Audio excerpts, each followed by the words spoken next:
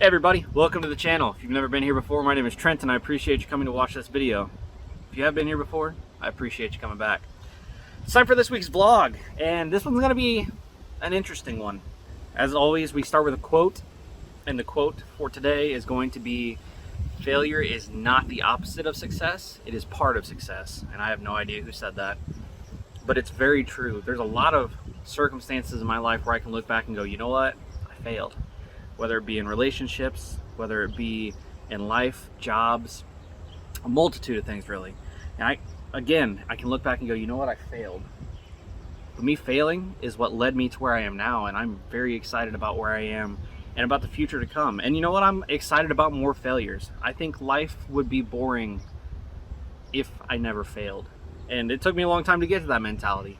But now that I'm here, I can't imagine living any differently. So there's the quote.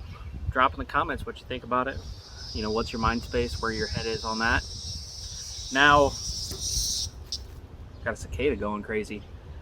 Now, on to the fun parts. So this last week was super interesting for me. Pinched a nerve in my lower back. And when I got up the next morning, it was so painful. I actually ended up passing out 3 times. And in about a 10-minute span, and ended up being rushed to the hospital via ambulance to try to figure out what's going on. You can see there's a small mark right there. It's the first time I passed out. I landed right dead on my face. You know, messed myself up pretty good from that. But I went to the hospital. They checked me all out.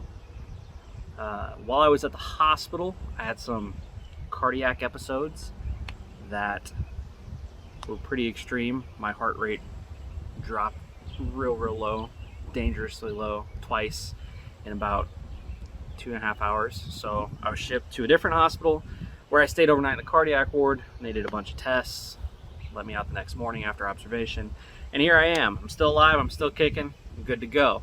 So that was exciting. Because of that, I didn't end up getting to do most of the stuff that I wanted to do last week, and I've also not been able to shoot my bow because of the back injury. I'm hobbling, I'm barely getting around. It's taken a lot for me to do moving at all. If I twist, my back spazzes and it hurts. Sometimes if I move my legs wrong, it spazzes and it hurts. So I'm on the mend right now. Because of that, I haven't been able to do anything exciting. I haven't been able to get to any of the videos that I want to get to, and honestly, it's driving me crazy because I want to be getting up and doing things. About the only thing I have been able to do is sit around and answer TikToks and make a few TikToks. So if you're not following me over there, shoot over and give me a follow. As far as what's coming up, well, I'm filming this on a Wednesday. It'll come out Friday. I'm honestly just planning on mending. I'm just planning on, unfortunately, sitting around until my back feels good enough that I'm actually able to function. I'm dying to, you know, shoot my bow. I started building some arrows. The dozen arrows I told you I needed to get built, I started on those, and I used JB Weld to glue in my inserts. I've never used them before, but they come by recommendation of Innovative Outdoorsman. He's a smart dude and knows his stuff, so I figure I'll give it a try and see if I like it. And the arrow building process is slow because I'm doing a lot of bending over to fletch. Well, I haven't fletched yet, but I was doing a lot of bending over to cut arrows and then to square, so I was doing like 1 arrow every 15 to 20 minutes. It's a bad situation. But I finally got a dozen of them cut and squared, so I just gotta finish putting in inserts. I need to grind down a couple of those inserts to drop them from 225 to 220 so they can match up with my 100-grain broadheads. That's honestly all the exciting stuff that's been going on. This one's going to be pretty boring. And again, as far as what's coming up, just mending, man. Hopefully getting right. I've been using heating patches and stuff, and Tylenol and ibuprofen, and like I said, just trying to sit around and get right. So I did hear back on that gar fishing trip. They told me whenever I was good to go to let them know, and we'll set something up. And then I hurt my back.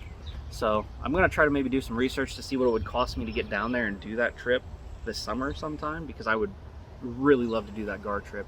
Like, again, one of my absolute dream trips. So let's do an archery tip. We'll do an archery tip. Let's see, what's today's archery tip? How about anchor points? So let's talk about how anchor points need to always be consistent all the time, no matter what. And that's whether you're in a tree, on the ground, whether you're leaned way down, whether you're leaned way up, they always need to be consistent. And the best ways that I know to keep them consistent are kisser button or nose button, something that's a frame of reference on that string. And what you're looking for is string in the corner of the mouth, string on the tip of the nose. If your bow's not doing that, you might have too long of a draw length, you might have too short of an axle bow, but that's really important. You need to have that string in the corner of the mouth and on the tip of your nose. Next anchor point is going to be on your jaw line or under your ear, depending on which release you're shooting. With a wrist strap, I always anchored with my knuckle up under my ear. With a handheld, I always anchor with these two knuckles on the corner of my jaw. And again, what we're feeling for is to make sure that it's in the same spot every time. You know, the knuckle up here for me was always really easy because there's a little pocket. So I just tucked this knuckle right there, and that was, I knew I was anchored right every time. This one was a little hard for me to get, and now I'm finally figuring it out.